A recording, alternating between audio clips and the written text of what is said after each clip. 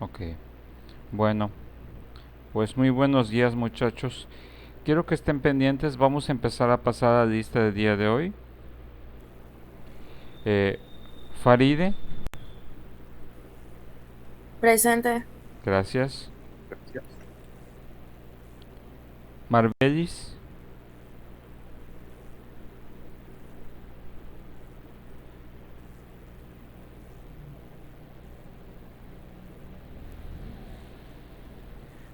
Wilbert,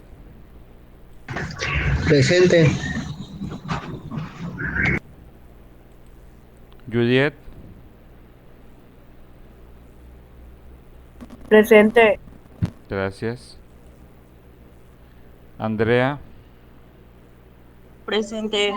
gracias. Jesús Emanuel,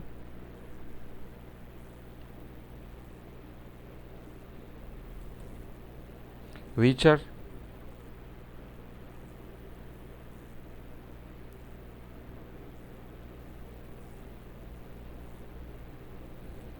Valeria,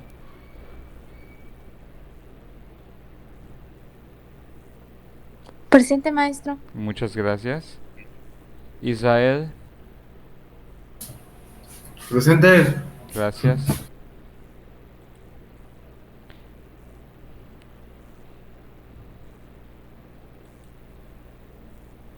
Montserrat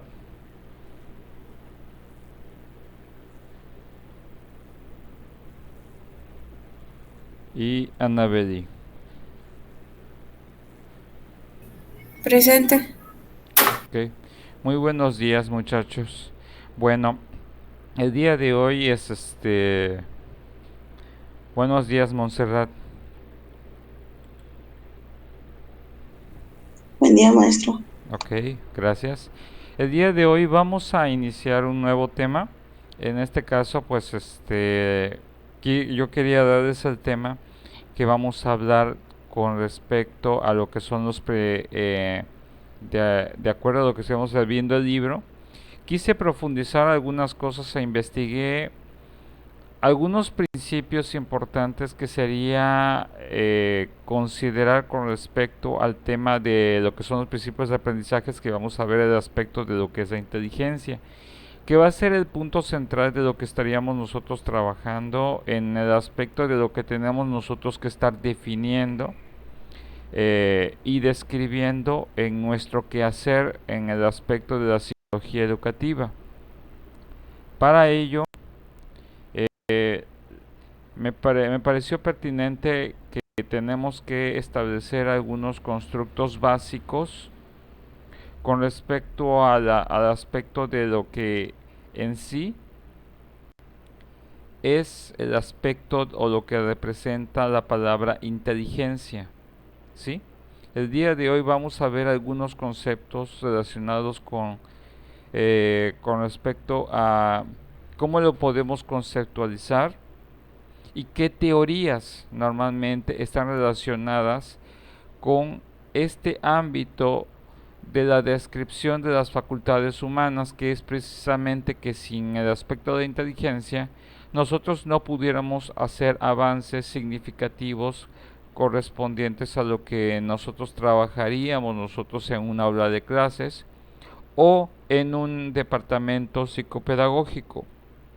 Lo interesante acá es que el día de hoy vamos a hacer un poco interactivo eh, para que podamos avanzar.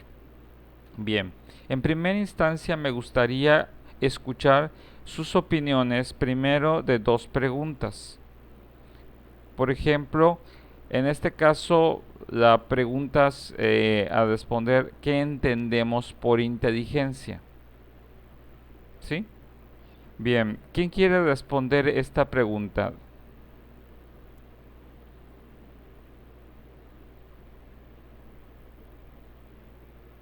Yo, maestro. ¿Sí? ¿Escucho? Pues, o sea, para mí la inteligencia es la capacidad que cada uno tiene como persona para entender algún tema en especial o en específico, sabiendo que cada uno tiene su manera de aprender de manera distinta y sus y su tiempo para aprender de una manera muy distinta, tanto en la escuela como en el trabajo, como en capacitación para el trabajo, incluso cuando estás estudiando para la carrera. Este, pues no todos vamos a aprender de la misma manera y forma, no todos tenemos esa misma capacidad, cada uno posee una inteligencia distinta y para mí es la inteligencia, el hecho de cómo nosotros vamos a ir entendiendo las cosas a nuestro ritmo y a nuestra forma. Muy bien, ok. ¿Alguna otra persona? ¿Alguien más que quiera dar su opinión o sobre lo que es, lo que entiende por ser inteligente o lo que es la inteligencia?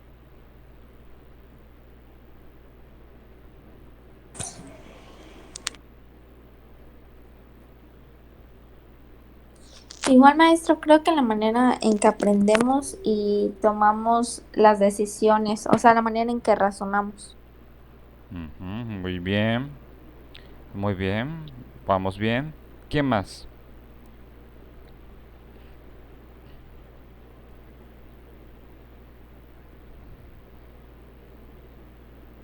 ¿Alguien más?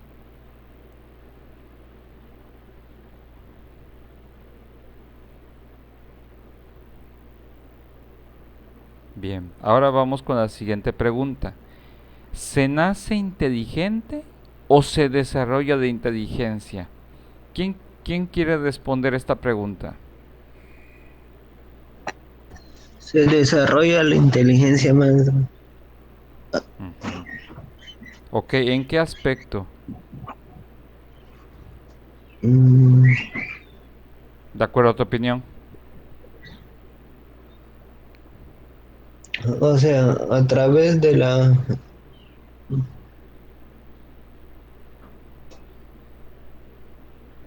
Ujú, o sea, a través de que vamos pasando creo las etapas, ¿no?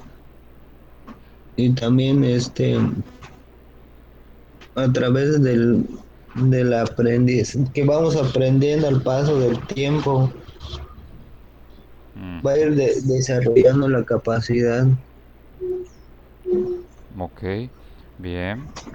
¿Alguien más que quiera comentar su opinión o su punto de vista? ¿Se nace inteligente o se desarrolla la inteligencia?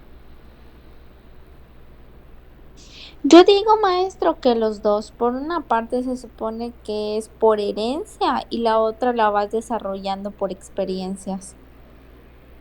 Ujú. Ok, muy bien. ¿Alguien más que quiera hacer su comentario, su aportación con respecto a esta pregunta?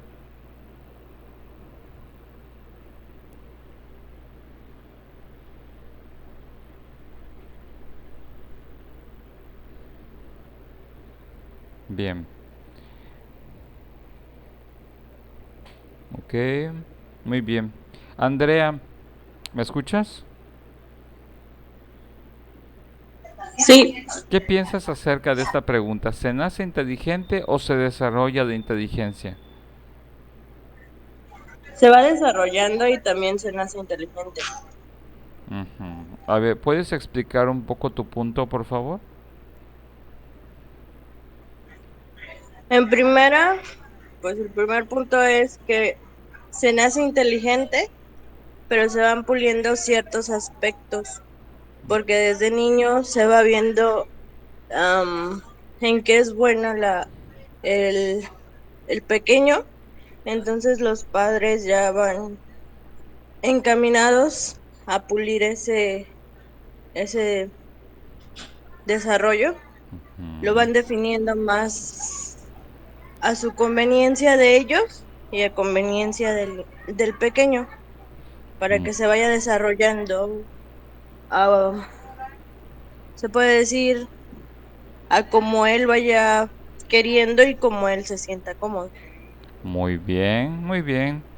Bastante buenas respuestas para ambas preguntas, ¿sí? En la primera vamos a tener nosotros, no sé si ustedes se dieron cuenta, pero en la primera estamos nosotros abstrayendo un concepto social con respecto a lo que hemos construido con respecto a lo que es la inteligencia, ¿sí? Es muy común las respuestas que yo he escuchado, que entendemos por la inteligencia, por lo que hemos escuchado, lo que nos han contado, lo que a través de diferentes medios, a través de diversas publicaciones, a través del pensamiento colectivo se ha desarrollado el aspecto de la inteligencia. Bueno, lo interesante acá es que hay muchas posturas con respecto a esto. De hecho, las definiciones que tenemos nosotros con respecto a lo que es la inteligencia podemos ver, por ejemplo, de las más comunes es que es definida una de las definiciones de como la facultad que tienen las personas para conocer, analizar, comprender situaciones. En este caso, por ejemplo, cuando nosotros, de acuerdo a esta definición, nosotros tenemos la posibilidad de poder realizar el proceso cerebral superior de la cognición. Toda persona que pueda tener la capacidad de conocer o acceso a poder realizar el proceso de cognición tiene una capacidad de inteligencia, ¿sí? Pero no solamente es lo que es capaz de conocer, sino también la capacidad de poder analizar y un aspecto del análisis es la capacidad de nosotros de describir las cosas a través de sus partes o las características o atributos de las cosas o los conocimientos o los objetos de las cosas. Sabemos también que normalmente, por ejemplo, de acuerdo a esta definición, también entendemos que una persona podemos coloquialmente definir que es inteligente porque puede ayudarle a comprender situaciones.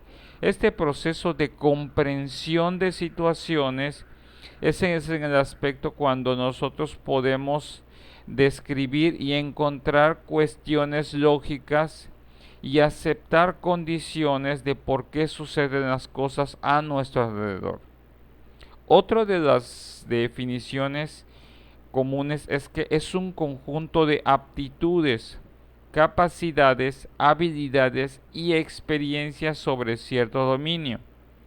Lo interesante acá es que pasamos de un aspecto o una definición general que podemos describir en cualquier persona a aspectos específicos que nosotros vamos a ir desarrollando, describiendo en las demás personas, ¿sí? Por ejemplo, es común que digamos, es que es muy inteligente en matemáticas. Es que es muy bueno, por ejemplo, en español, es muy inteligente, por ejemplo, para filosofía. ¿Sí? Aquí ya definimos algunos aspectos y ciertas aptitudes. Sabemos de que no todos tenemos la misma capacidad. Sin embargo, es importante hacer hincapié que independientemente de que no tengamos las mismas capacidades o habilidades o experiencias, todos tenemos un área en lo cual podemos destacar para poder desarrollar esto que nos hace únicos o estas capacidades que nos hacen excepcionales, ¿sí? También definimos, por ejemplo, como lo que es inteligencia como la capacidad de resolver problemas nuevos. Sabemos que, por ejemplo, que cuando alguien normalmente nos ayuda a resolver un problema que normalmente nosotros no encontramos una solución o la posibilidad de encontrar alternativas de solución, decimos, es que ese es muy inteligente, o ella es muy inteligente, ¿sí?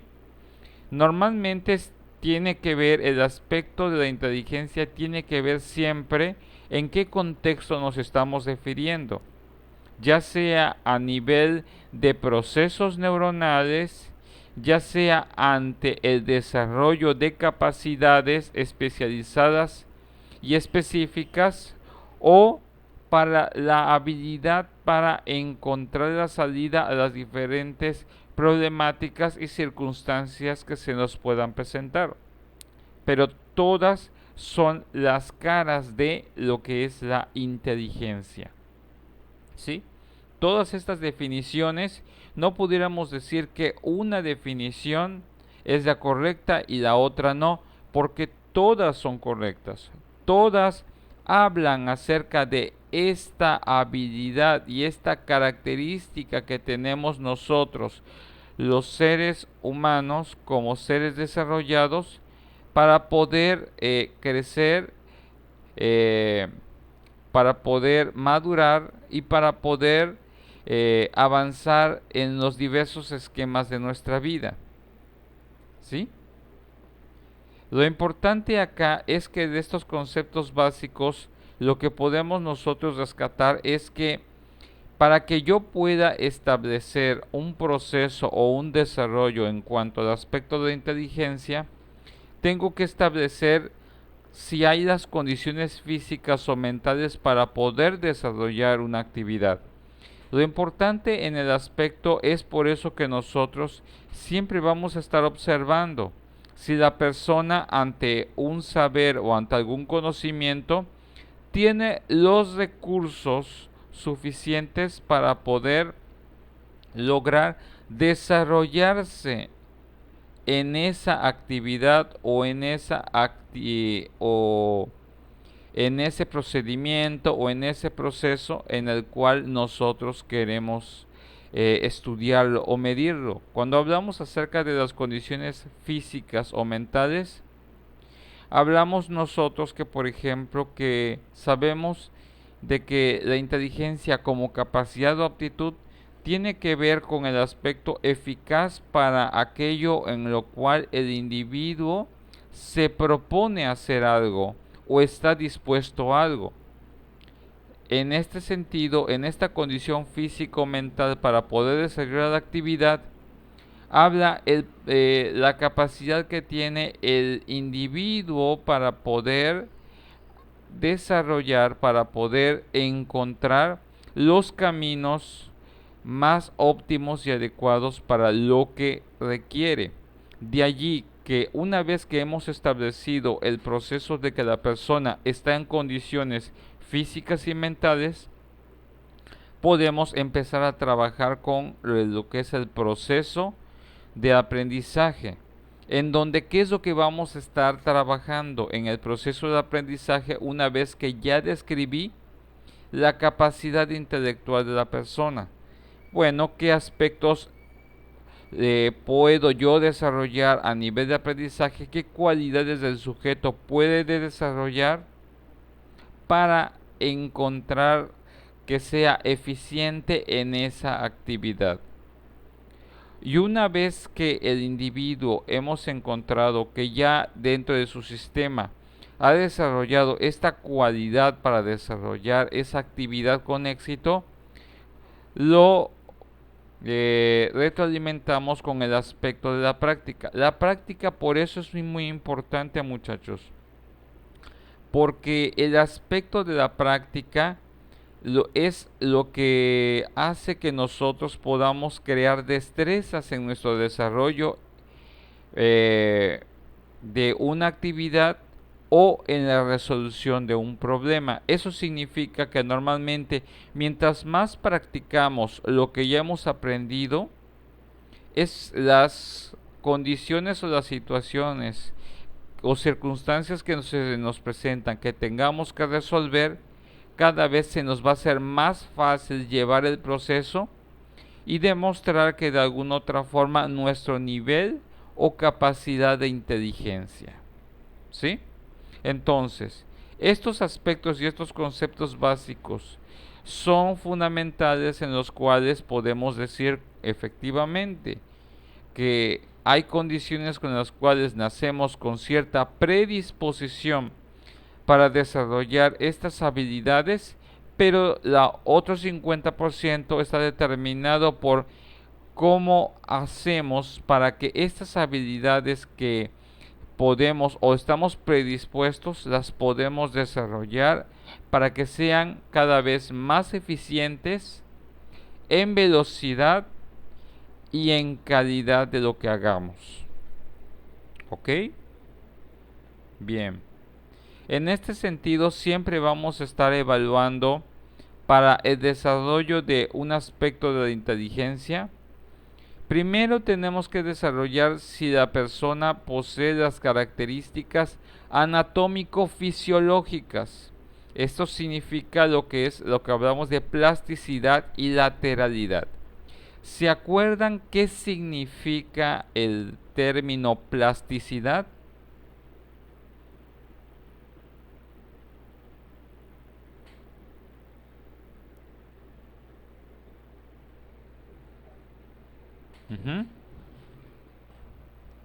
¿A qué nos referimos con el término de plasticidad, muchachos?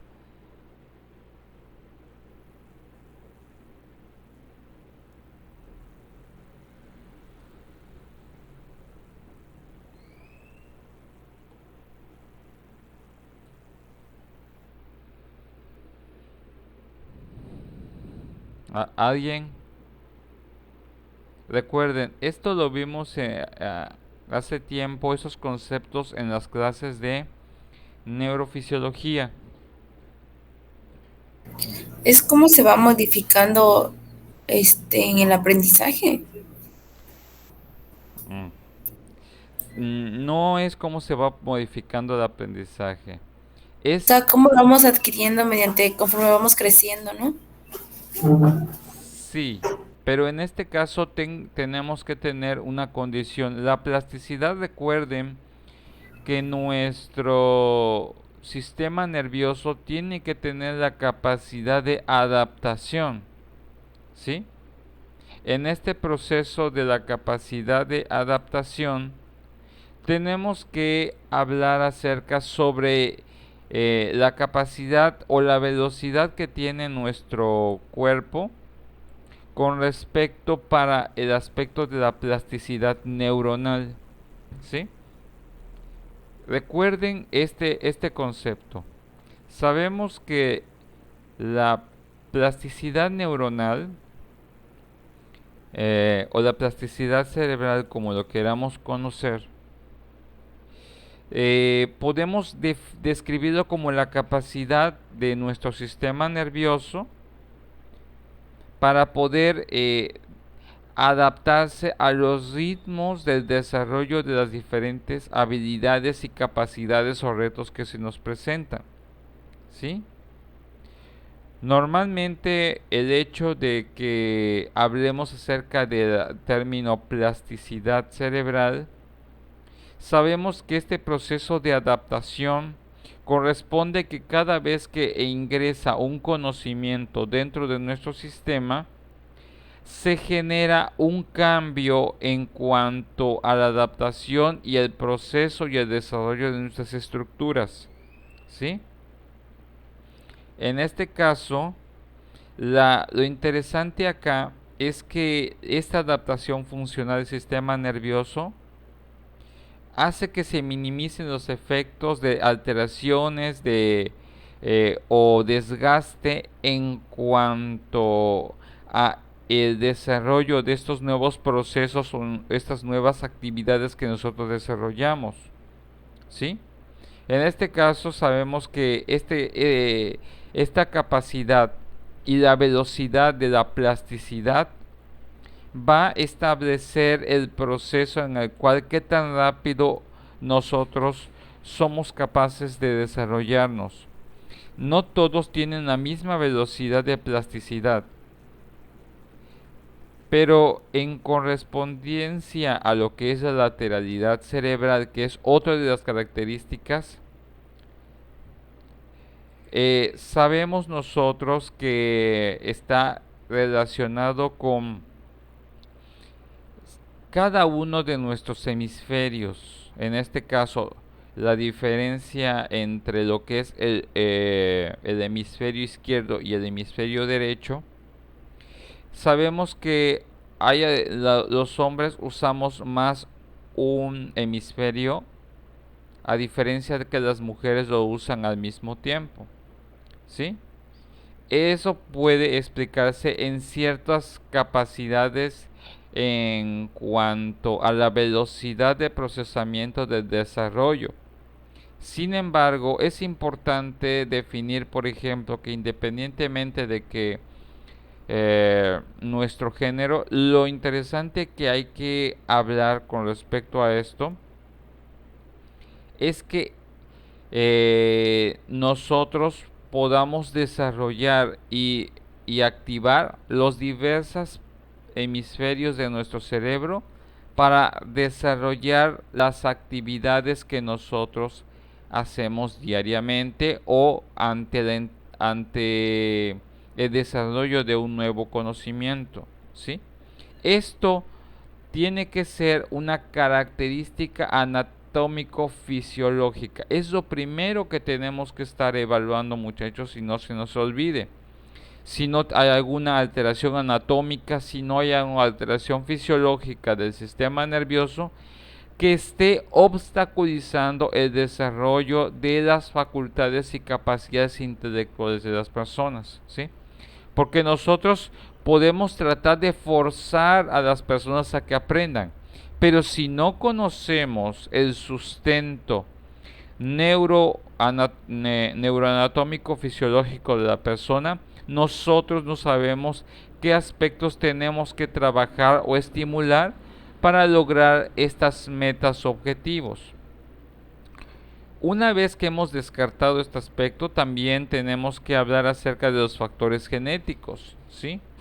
En este aspecto de los factores genéticos sabemos que tenemos una cierta conformación genética para el desarrollo de algunas habilidades que pueden ser innatas y pueden ser transmisibles de padres a hijos, ¿sí? Pero en este aspecto de la condición en la cual nos encontramos para poder desarrollarlas, también tenemos que ver la predisposición para la potencialidad de que nosotros seamos también, por ejemplo, capaces y virtuosos al igual que nuestros padres.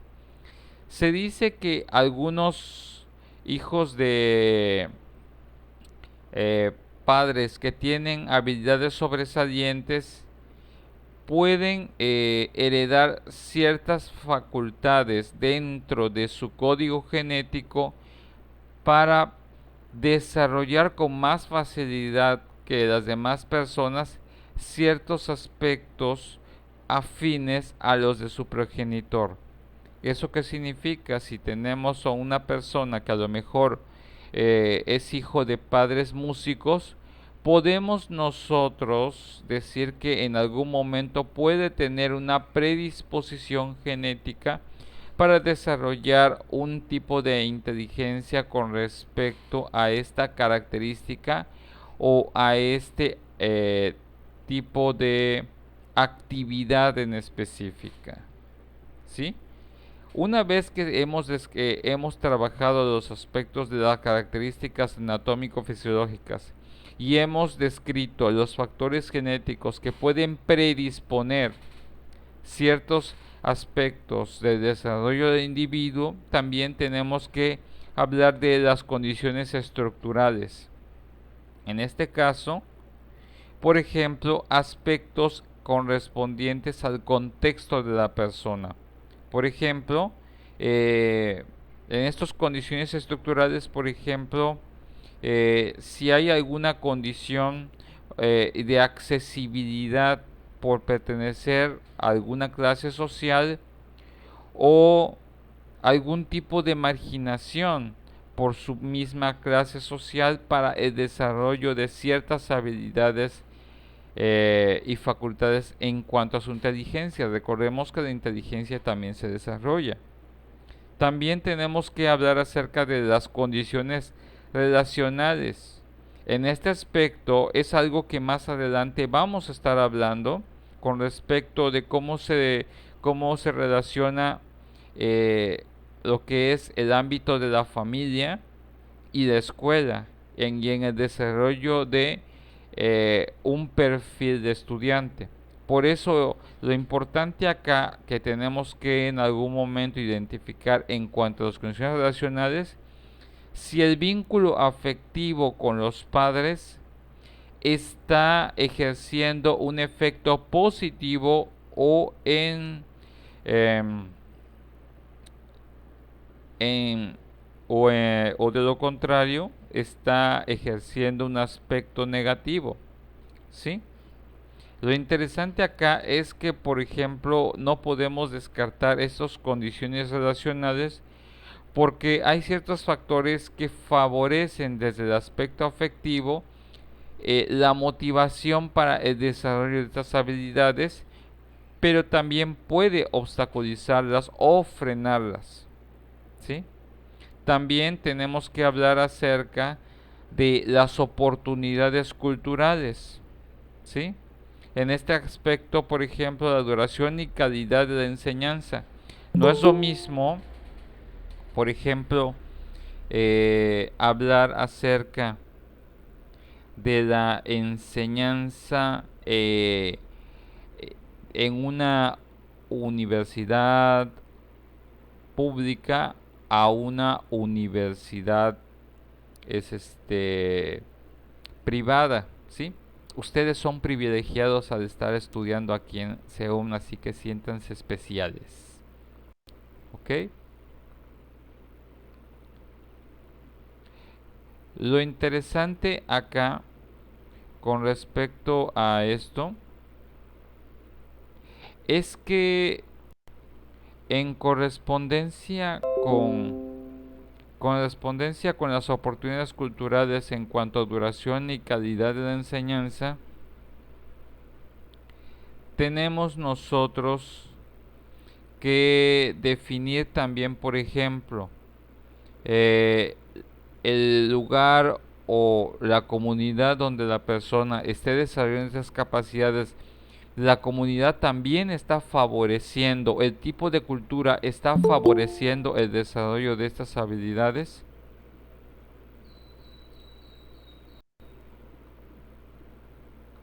En ese caso, lo que tenemos nosotros que tener en cuenta con respecto a esto es que muchas veces hay aspectos que pareciera que no están relacionados con la inteligencia, pero efectivamente no los podemos estar descartando, ¿sí? Esto es algo que normalmente vamos a definir, sobre todo lo que son las condiciones estructurales, relacionales y de oportunidades culturales que pueden ser determinantes para aspectos de desarrollo.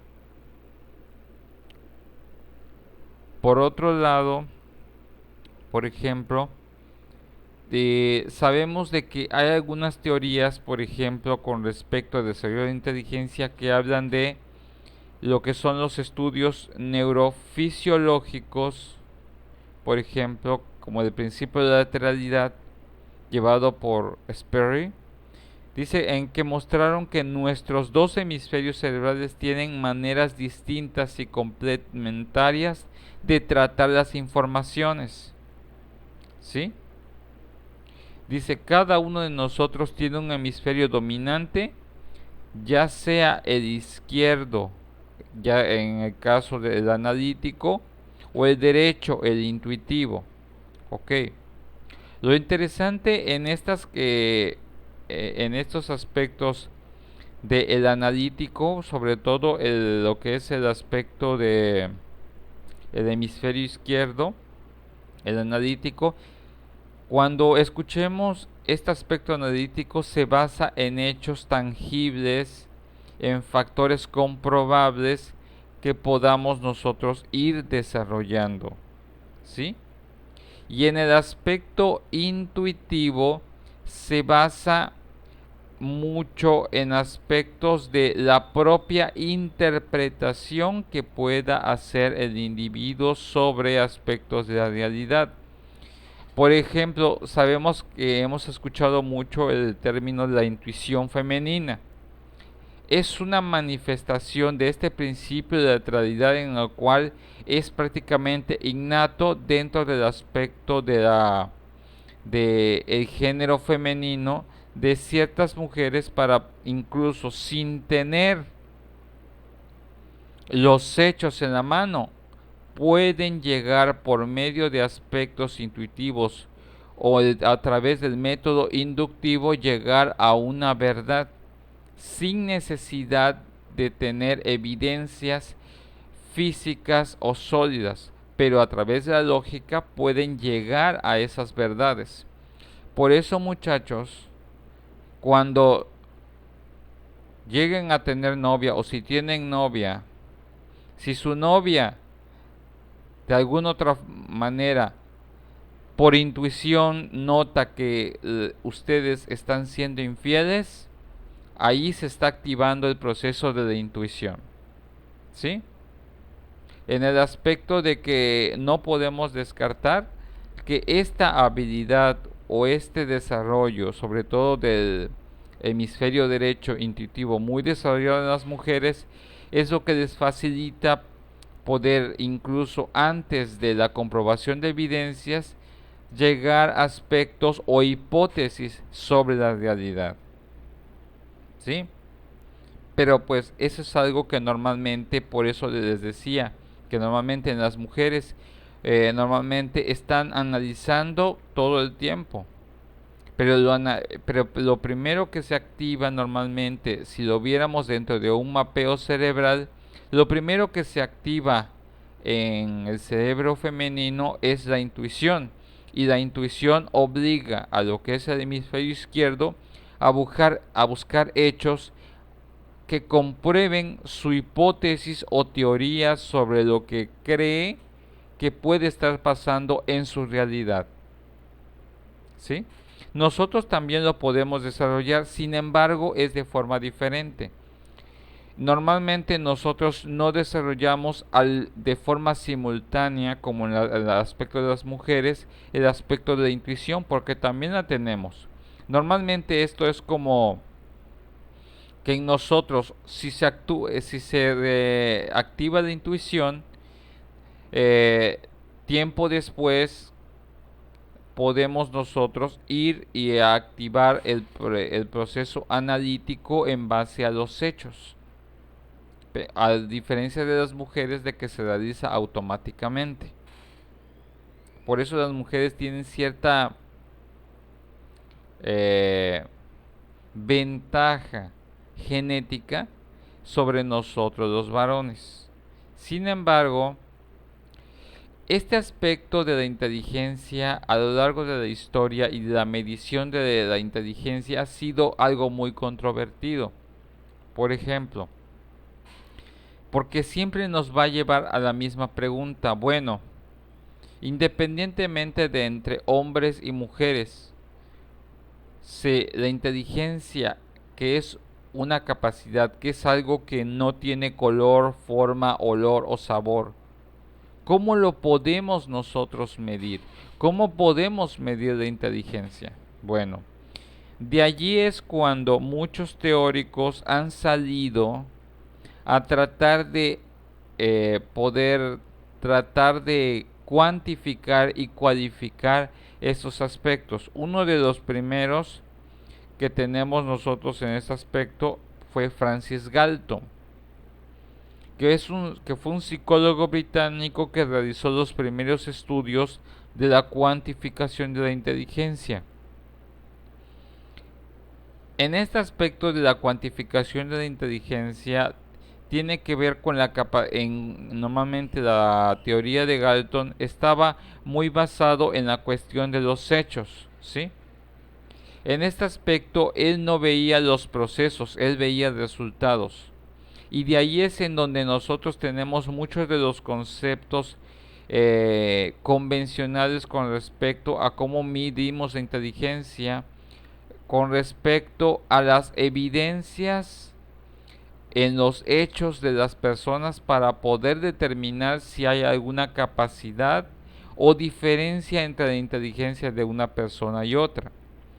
Sabemos de que dentro de su historia él era defensor de la pureza genética de la raza, que justificó los privilegios de determinada clase social.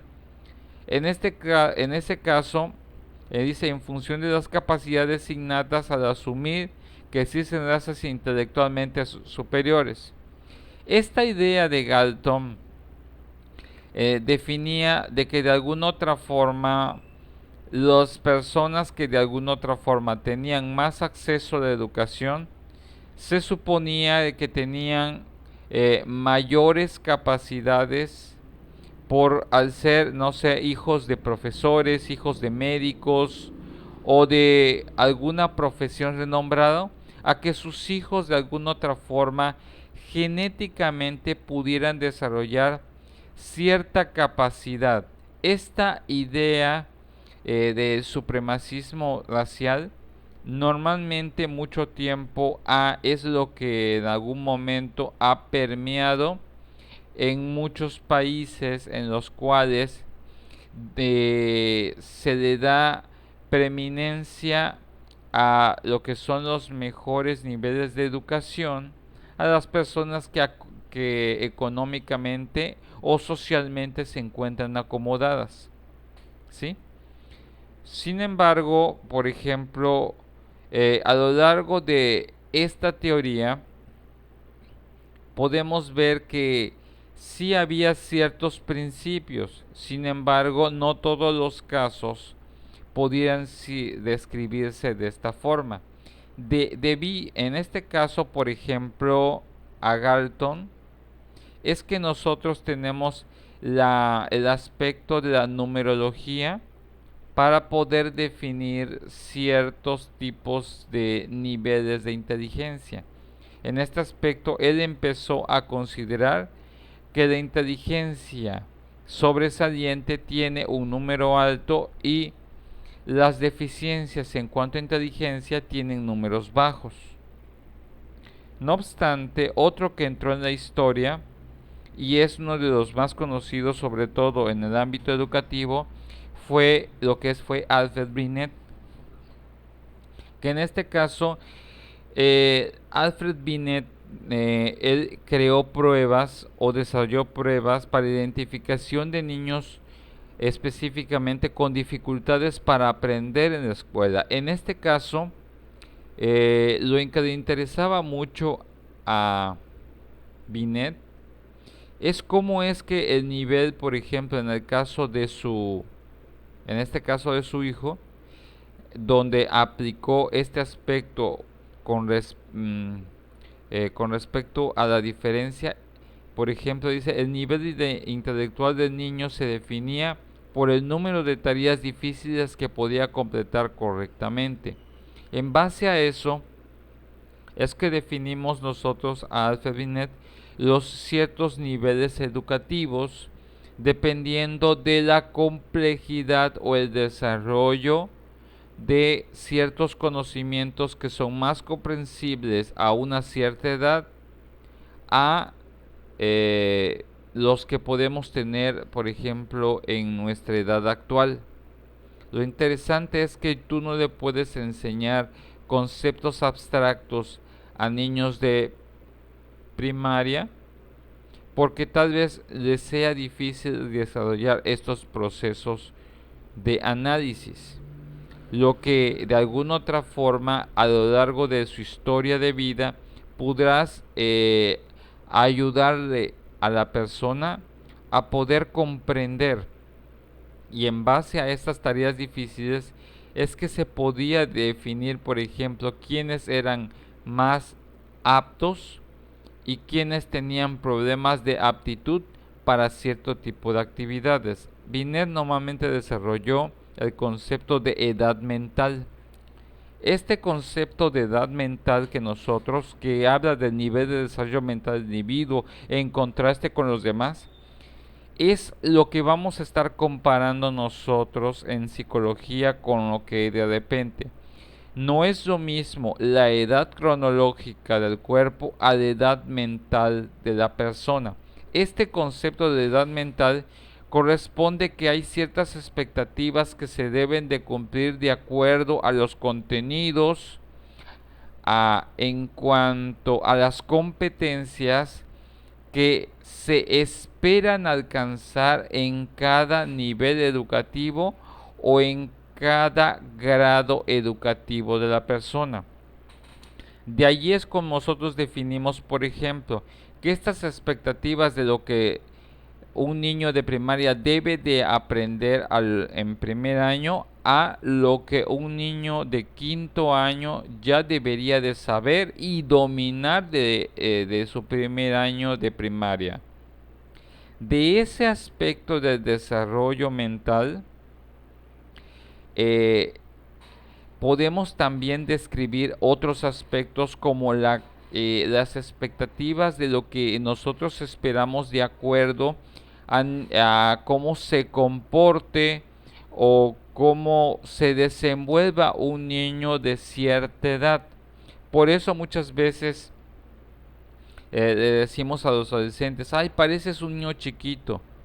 Ese comentario describe de alguna otra forma de que estamos percibiendo en el adolescente de que su edad mental es mucho menor a su edad cronológica y específicamente a los años cumplidos que tiene, y de allí es cuando empezamos a definir las diferencias en cuanto a las ciertas capacidades del individuo para desarrollar su aspecto de inteligencia.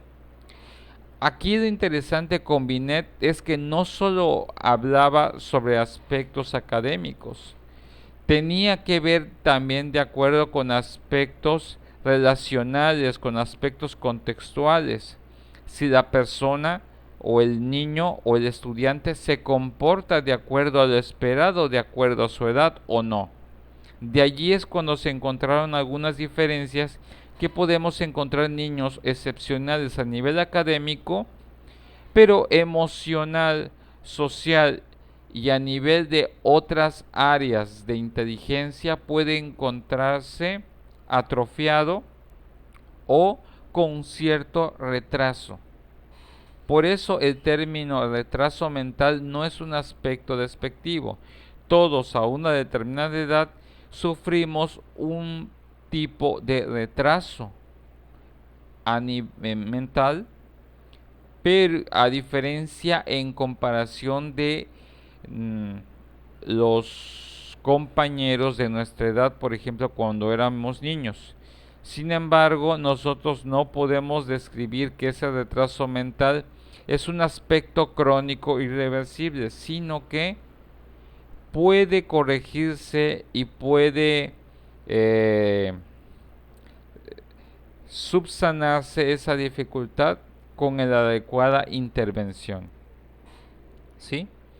De acuerdo a esta aportación de Binet, nosotros también podemos trabajar también después, más adelante, con cómo Stern empezó a hacer la fórmula del cálculo del coeficiente intelectual o el famoso IQ, que en este caso el coeficiente intelectual es un número que se obtiene de la realización de un test estandarizado para medir las habilidades cognitivas de una persona en relación con su grupo de edad, ¿sí? En este caso, la edad mental era multiplicado por 100 y se dividía entre la edad cronológica, ¿sí? Lo interesante acá es que tenemos que tener el dato de la edad mental del sujeto, ¿sí?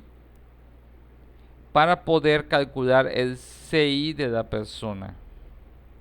Sin embargo, hay algunas pruebas estandarizadas que ya automáticamente te pueden dar un panorama o pronóstico de qué esperar de ciertas personas si tienen un bajo puntaje en este tipo de pruebas.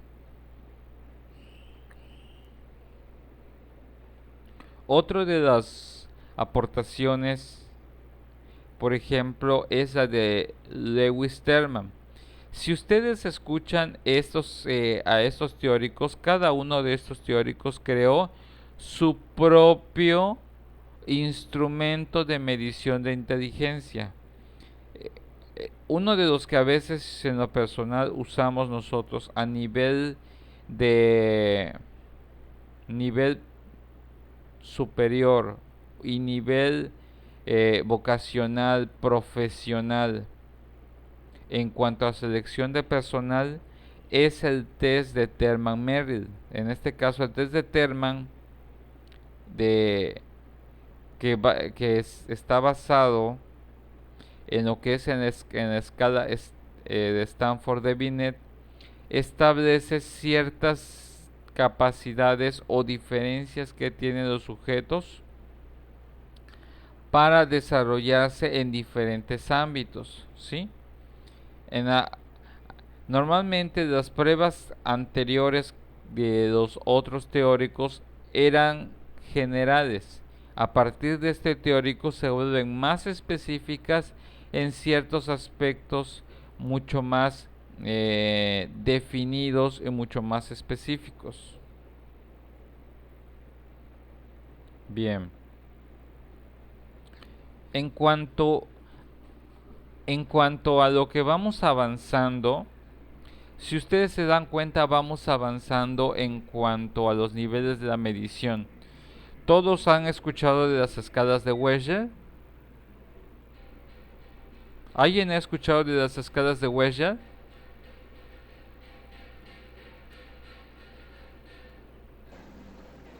No, maestro. Pues las tienen allá abajo. Las pruebas, las escalas de Wechsler, dice, define la inteligencia como un agregado de habilidades o capacidad global del individuo para actuar con un propósito de pensar de una forma racional y de lidiar efectivamente con su ambiente. Estas habilidades se expresan de una forma verbal y no verbal. Lo interesante en las escalas de Wechsler que nos da esta descripción de inteligencia es que la inteligencia no es una capacidad específicamente en una sola actividad, sino en múltiples actividades o múltiples habilidades que se ven en una totalidad, ¿sí? Independientemente de los diversos ámbitos de la inteligencia o manifestaciones de la inteligencia, sabemos que las personas que tienen una capacidad de inteligencia según la descripción de Wechsler lo hacen con un propósito, ¿sí? Y ese propósito es racional, tiene una lógica, tiene una razón de ser, tiene una explicación, ¿sí? Y específicamente aquí lo que nos interesa en las escalas de Wechsler es cómo el individuo se desarrolla en su medio ambiente, ¿sí? Normalmente, por eso decía de que normalmente evaluamos esas habilidades en la manera en lo que el individuo responde o dice y cómo lo dice, pero también en las cosas que hace y cómo las hace. Estas escalas de Wechsler son, por ejemplo, el WIPSI-R, el WISC y el WISE. El WIPSI es una prueba para medir la inteligencia de niños preescolares. El WISC es una prueba para infantes de nivel primaria y parte de secundaria. Y el WISE es una prueba para medir la inteligencia ya desarrollada de un joven o un adulto, ¿sí? En algún momento les va a llegar la oportunidad de tener que aprender a trabajar con este tipo de pruebas porque son importantes para poder describir la inteligencia como un aspecto global en correspondencia al ambiente en el que se desenvuelve la persona. Lo primero que nosotros evaluamos en un psicodiagnóstico siempre va a ser la capacidad de inteligencia en sus diferentes ámbitos en los que se mueve o actúa el individuo. Por ejemplo, de las escalas de Wechsler por ejemplo, tenemos nosotros estos aspectos. Por ejemplo, la mayor parte de la población cae dentro del rango medio, ¿sí? Las clasificaciones demasiado altas o bajas son muy poco comunes. Dice, solo un entre 50 obtienen un 6 sobre 130 y uno en 50 obtiene menos de 70.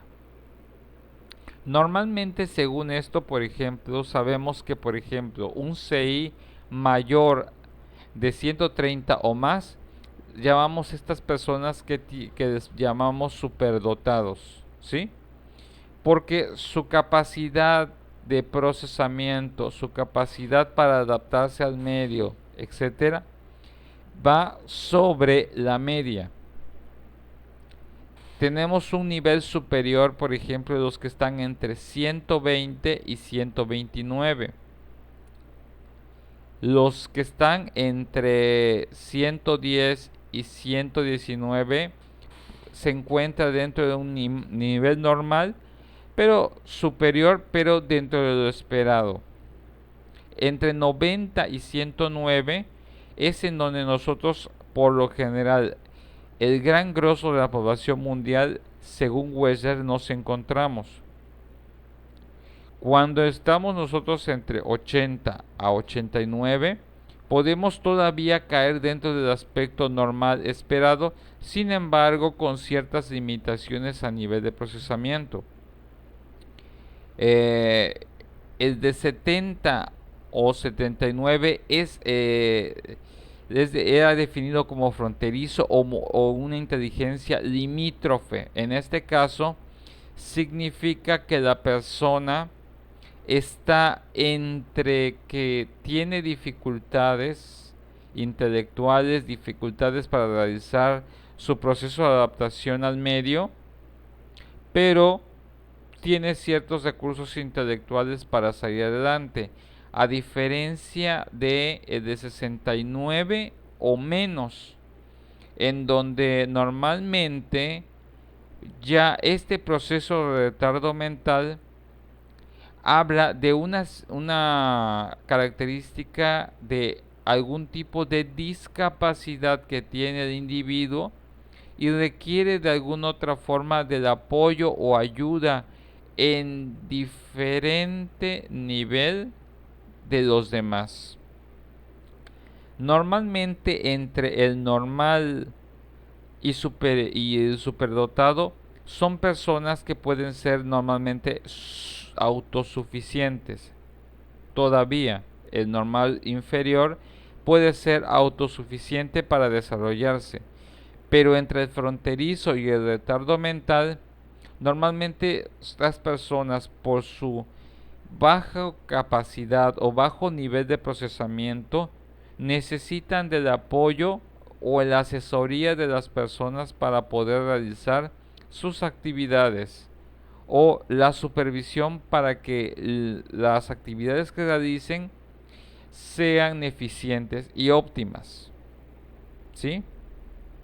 En algún momento, a lo mejor, que tengan psicometría o lleven la materia y les apliquen una evaluación y descubran su coeficiente intelectual, sabrán muchas cosas y descubrirán por qué hay cosas que a lo mejor se les facilitan y otras se les dificultan.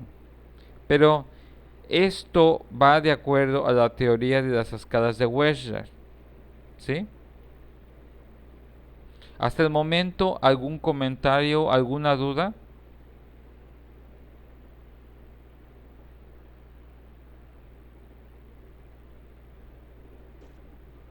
No, maestro, todo claro. Muy bien. Bueno, ahora vamos a hablar acerca de algunas teorías de la inteligencia, ¿sí?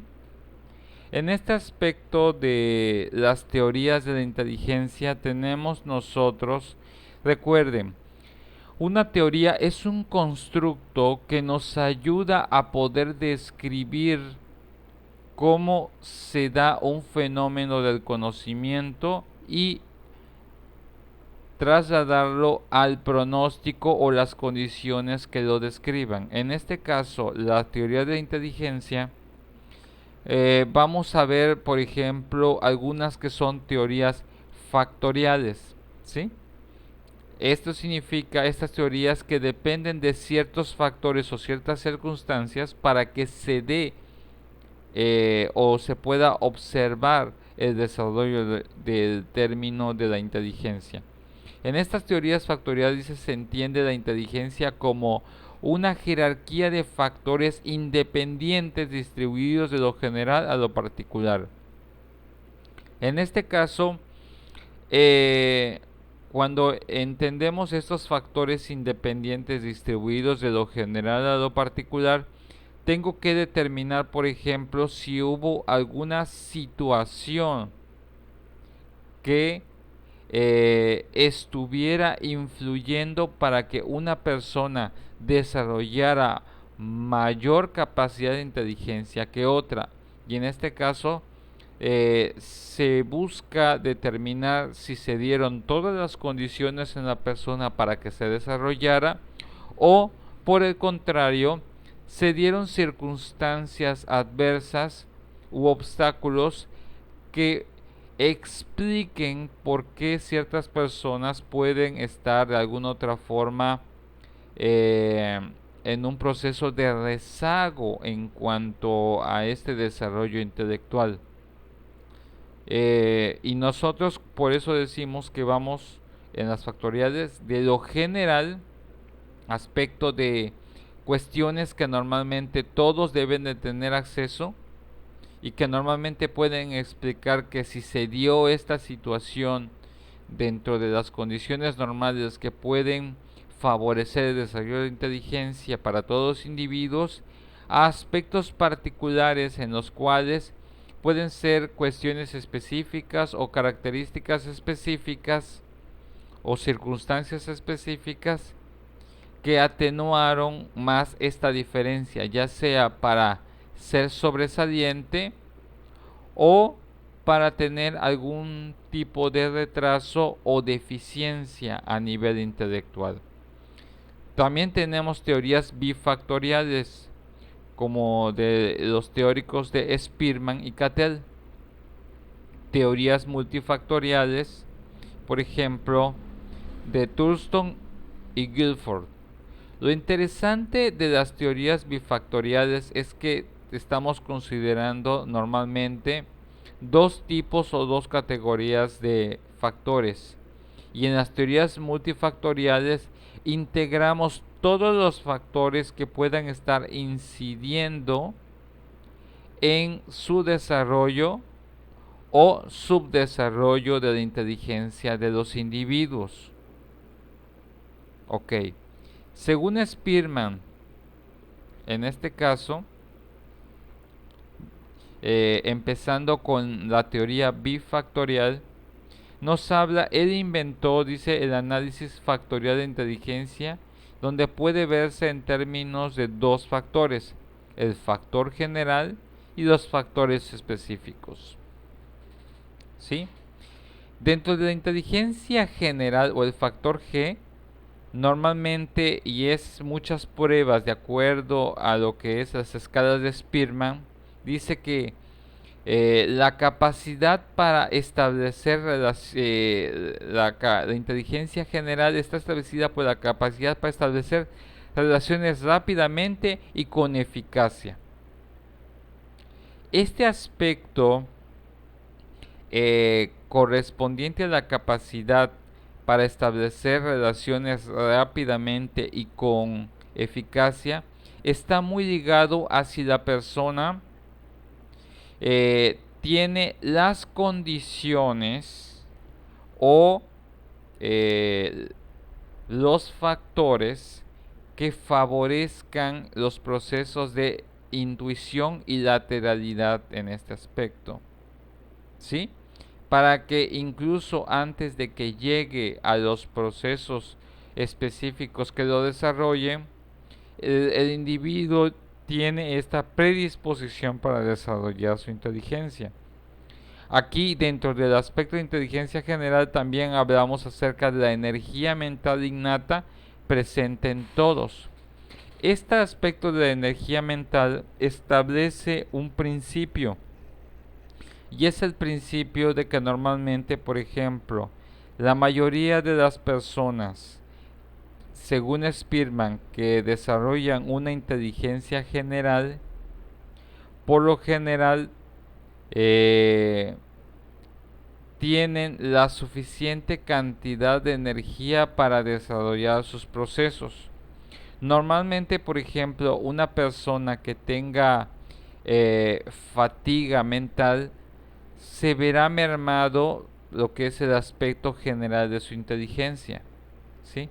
Por eso normalmente aquí entran factores como por ejemplo si la alimentación es adecuada y favorece el desarrollo de estas capacidades dentro del individuo, ¿sí? Y por lo cual el individuo no tiene un desgaste neurofisiológico al momento del desarrollo o el procesamiento de información.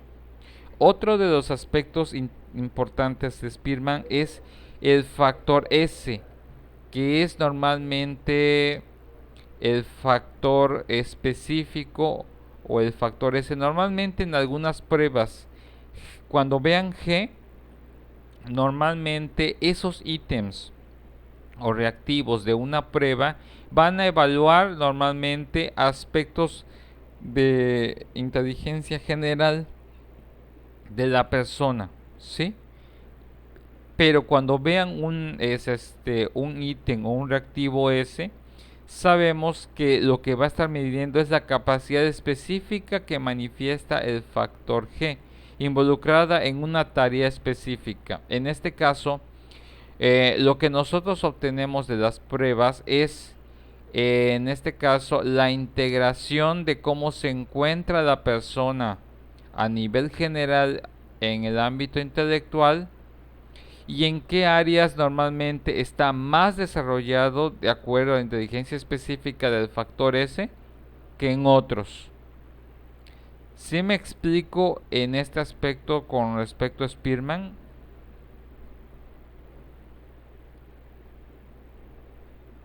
¿Cómo vamos?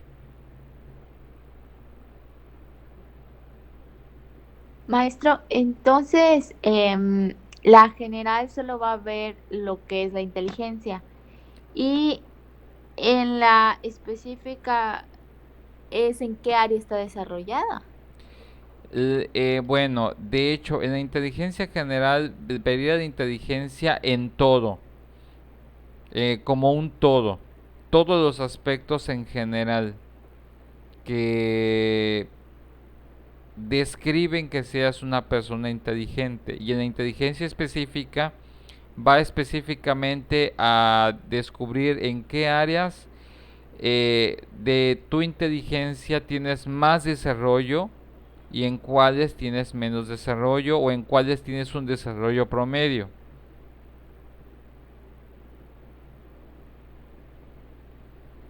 No sé si quedó más claro.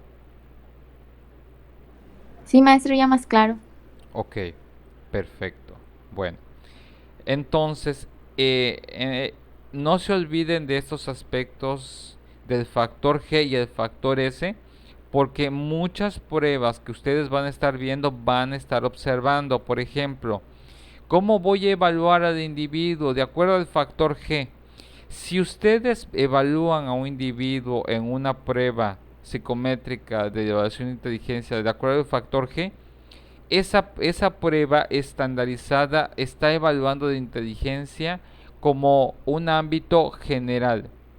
Pero hay pruebas, por ejemplo, como las de específicamente como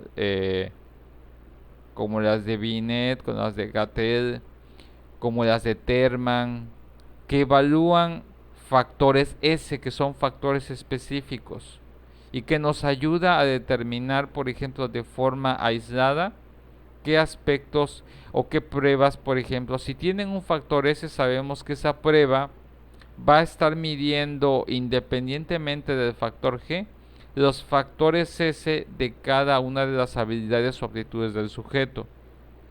Porque en muchas pruebas y muchos ya psicodiagnósticos ustedes van a necesitar definir, yo necesito una prueba que me evalúe la inteligencia de tipo general. Entonces buscas una prueba que maneje un factor G de acuerdo a la teoría de Spearman, análisis factorial. No, pero sabes que yo necesito, por ejemplo, para el trabajo, de que tenga este tipo de inteligencia, este tipo de habilidades, este tipo de capacidades. Ok. Entonces tú necesitas una prueba que desarrolle un factor S. No se les olvide este aspecto, porque no todas las pruebas miden lo mismo y no todas están creadas en base a los mismos factores. Hay algunas que son de inteligencia general y otras que no desarrollan aspectos específicos de la inteligencia. Ok. En las pruebas de Cattell vemos, por ejemplo, de acuerdo a la inteligencia, el tipo G, en ese caso el tipo general, vamos a hacer dos subdivisiones: la G fluida y la G cristalizada, de acuerdo a Cattell. En este aspecto de lo que son las escalas de Cattell que tienen, por ejemplo, algunas pruebas, muchas pruebas que son de tipo general, las evaluamos, las evaluamos de acuerdo a Cattell o de acuerdo a Binet, porque cada uno creó sus propias escalas para poder evaluar aspectos generales de la inteligencia.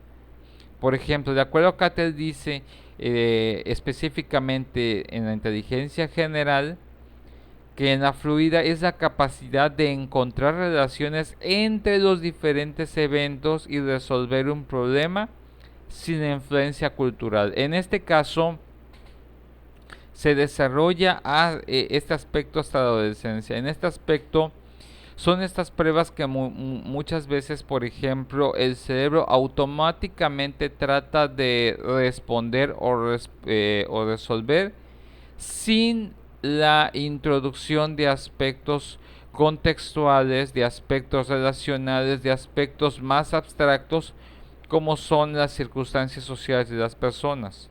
Hay ciertas pruebas que funcionan bajo lo que es la inteligencia G fluida, en el cual pueden ser pruebas que nos dan la capacidad de la persona sin el uso de vocablos, sin el uso de lenguaje, y pueden ser pruebas de resolución visomotoras o visuales, y que el individuo tiene que resolver, y que no hay el contexto de un lenguaje escrito para su resolución, sino que simplemente el cerebro automáticamente está condicionado ante una dificultad o ante una problemática que se presenta, en el cual no esté involucrado el lenguaje en la persona. Automáticamente el cerebro lo podemos medir si tiene la capacidad de la persona intelectual de resolver el problema que se le está presentando. También tenemos nosotros, por otro lado, a nivel de inteligencia G, lo que es la cristalizada, que es la capacidad de resolver problemas nuevos en base a la experiencia. Y este aspecto de mejora con la edad y se desarrolla a partir de la fluida. Ojo, normalmente nosotros esto va muy desarrollado con el aspecto de lo que es el aprendizaje vicario. El aprendizaje vicario es cuando, una vez que hemos aprendido a resolver algo por nosotros mismos, de acuerdo al aspecto de lo que es la inteligencia cristalizada, El aspecto que mejore con la edad y con la experiencia está en base al aspecto de la práctica, al aspecto de que conforme lo vamos practicando o vamos obteniendo el resultado, se va haciendo mucho más específico y mucho más óptimo y eficaz nuestra respuesta. ¿Sí? Normalmente cuando ya hemos tenido este aspecto de la capacidad de resolución y seguimos ejercitando esta capacidad de resolución, se da este aspecto de que normalmente ya haces las cosas incluso hasta con los ojos cerrados, hasta resuelves algo ya sin siquiera procesar o usar demasiada capacidad intelectual para hacerlo.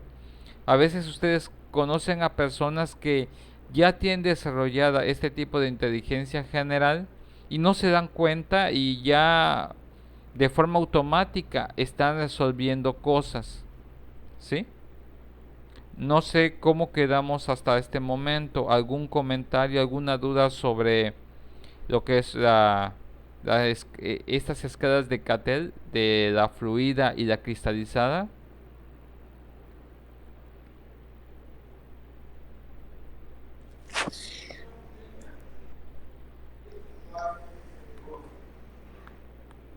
Pregunten si tienen dudas o si no para saber. En la de fluida, maestro,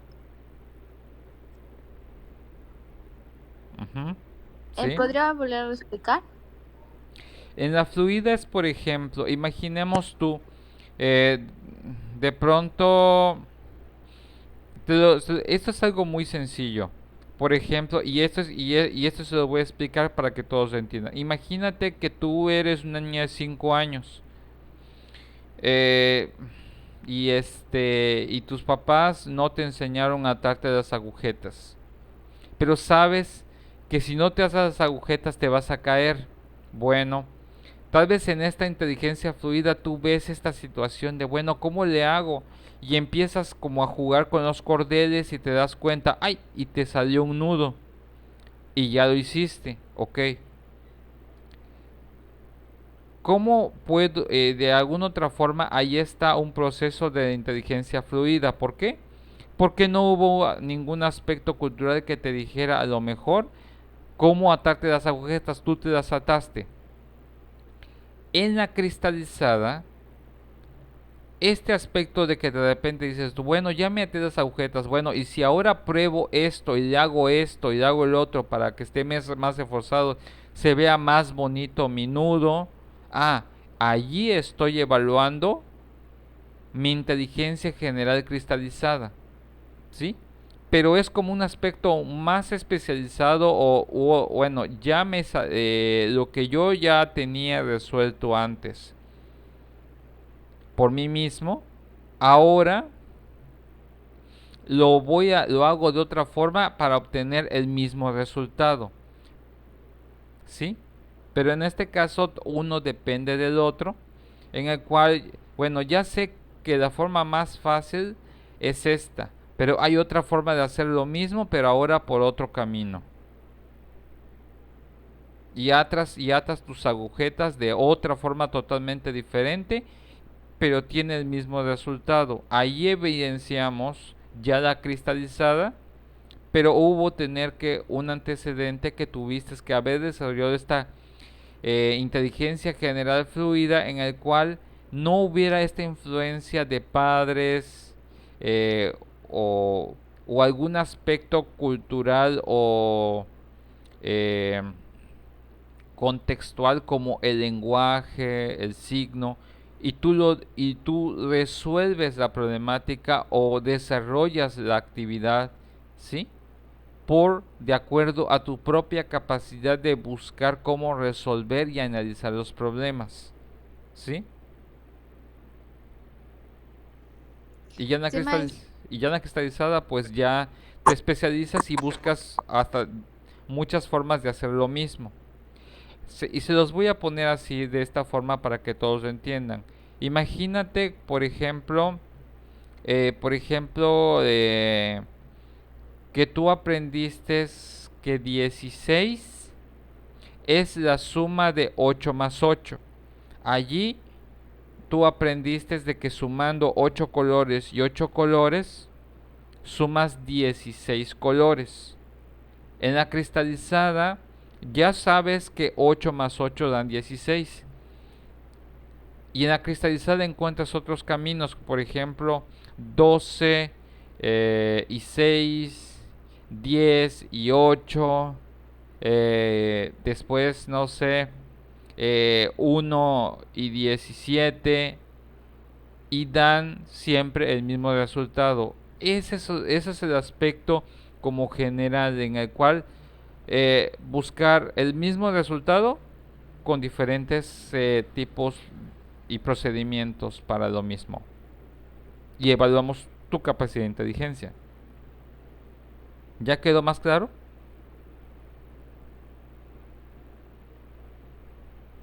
¿Sí o no? Sí, maestro, ya quedó claro. Perfecto. Bueno, la siguiente clase debemos estar terminando este tema sobre la inteligencia. ¿Sí? Les pido por favor que si tienen dudas, si tienen comentarios, por favor háganlos, hagan sus preguntas, hagan sus comentarios de esto.